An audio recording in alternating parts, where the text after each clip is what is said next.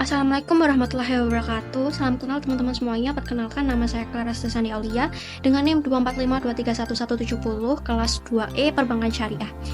Pada kesempatan ini saya akan menjawab beberapa soal ujian tengah semester mata kuliah kewarganegaraan yang diampu oleh Bapak Zaini Fajar Sidik SHMH. Oke, memasuki soal yang pertama. Sebagai warga negara, kita memiliki hak dan kewajiban yang telah diatur dalam Undang-Undang Dasar 1945. 3 hak warga negara diantaranya yaitu hak atas pendidikan. Dalam pasal 31 UUD 1945 itu menyatakan bahwa setiap warga negara itu berhak mendapatkan pendidikan yang layak. Sebagai contoh, pemerintah menyediakan sekolah negeri ataupun beasiswa untuk memfasilitasi warga negara. Dan di dalam pasal 27 ayat 2 menyatakan bahwa setiap warga negara itu berhak mendapatkan pekerjaan dan kehidupan yang layak. Sebagai contoh, pemerintah menciptakan lapangan pekerjaan dan melindungi hak-hak pekerja melalui kebijakan ketenagakerjaan. Yang ketiga yaitu hak kebebasan berpendapat. Dan hak ini itu diatur dalam pasal 28 UUD 1945 yang menyatakan bahwa setiap warga negara itu bebas menyampaikan pendapat secara lisan maupun secara tulisan. Sebagai contoh, warga negara itu dapat menyampaikan aspirasi melalui media sosial ataupun secara diskusi publik. 3 kewajiban warga negara diantaranya yaitu yang pertama, membela negara. Sesuai dengan pasal 30 ayat 1, setiap warga negara itu wajib ikut serta dalam upaya bela negara. Yang kedua yaitu membayar pajak. Dan hal ini itu sudah diatur dalam pasal 23A Undang-Undang Dasar 1945 yang menyatakan bahwa setiap warga negara itu wajib membayar pajak sesuai dengan peraturan yang berlaku. Sebagai contoh, setiap pekerja itu membayar pajak penghasilan ataupun pemilik usaha itu membayar pajak usaha untuk mendukung pembangunan negara. Dan yang ketiga yaitu menaati hukum dan peraturan. Kewajiban ini bertujuan untuk menciptakan kehidupan yang tertib, aman, dan damai. Sebagai contoh yaitu mematuhi rambu lalu lintas ataupun tidak melakukan tindakan kriminal. Selanjutnya, saya akan menjawab soal nomor 2 mengenai perbedaan antar negara kesatuan dan negara federal. Yang pertama yaitu negara kesatuan. Negara kesatuan merupakan bentuk di mana kekuasaan tertinggi itu berada di tangan pemerintahan pusat dan bukan lagi terbagi antar wilayah. Jadi ciri negara kesatuan yaitu pemerintahan pusat itu memiliki kekuasaan penuh dan daerah hanya melaksanakan kebijakan yang ditentukan oleh pemerintahan pusat. Contoh negara kesatuan yaitu Indonesia memiliki pemerintahan pusat itu berada di kota Jakarta, sementara daerah itu hanya menjalankan kebijakan-kebijakan tersebut. Yang kedua yaitu negara federal. Negara federal merupakan negara yang memiliki kewenangan untuk mengatur urusan dalam negerinya sendiri, tetapi tetap tunduk pada pemerintahan pusat. Sebagai contoh negara federal yaitu Amerika Serikat, yang dimana setiap negara itu memiliki hukum dan kebijakannya sendiri-sendiri, tetapi tetap berada dalam satu sistem federal di bawah pemerintahan pusat.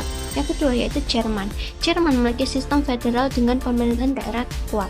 Selanjutnya, saya akan menjawab soal nomor 3 mengenai peran penting Pancasila dalam menjaga persatuan dan kesatuan bangsa Indonesia. Jadi, Pancasila merupakan dasar negara yang memiliki peran penting dalam menjaga kesatuan dan persatuan bangsa Indonesia.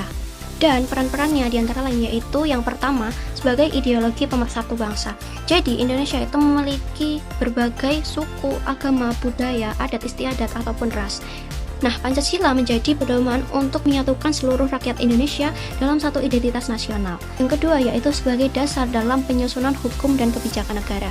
Jadi, semua peraturan dan kebijakan yang dibuat di Indonesia harus sesuai dengan nilai-nilai Pancasila. Dan demikian, hukum di Indonesia itu dapat mencerminkan keadilan dan kesejahteraan bagi semua warga negara.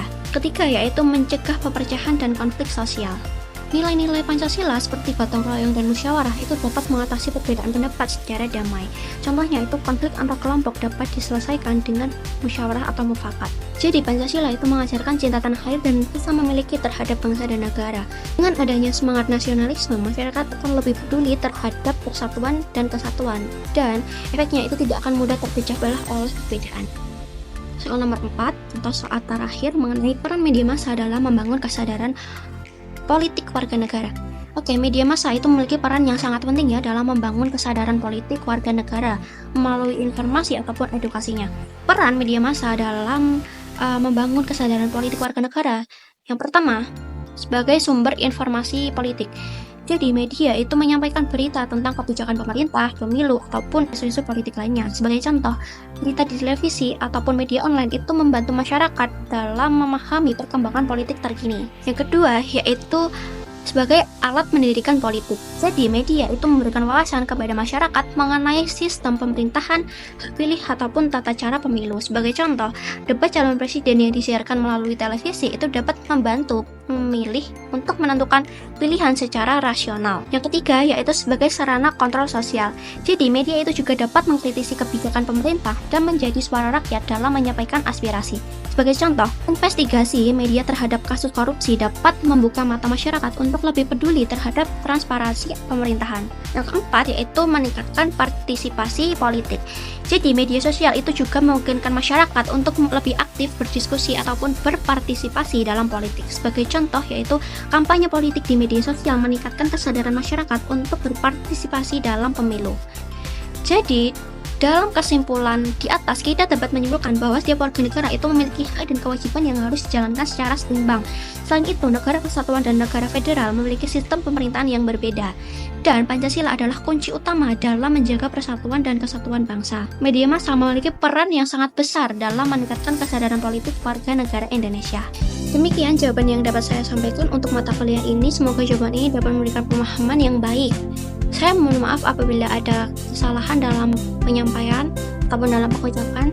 Terima kasih kepada Bapak Zaini Fajar Siddiq yang telah membimbing kami dalam mata kuliah ini, dan terima kasih kepada teman-teman yang telah menyimak video saya sampai akhir. Wassalamualaikum warahmatullahi wabarakatuh.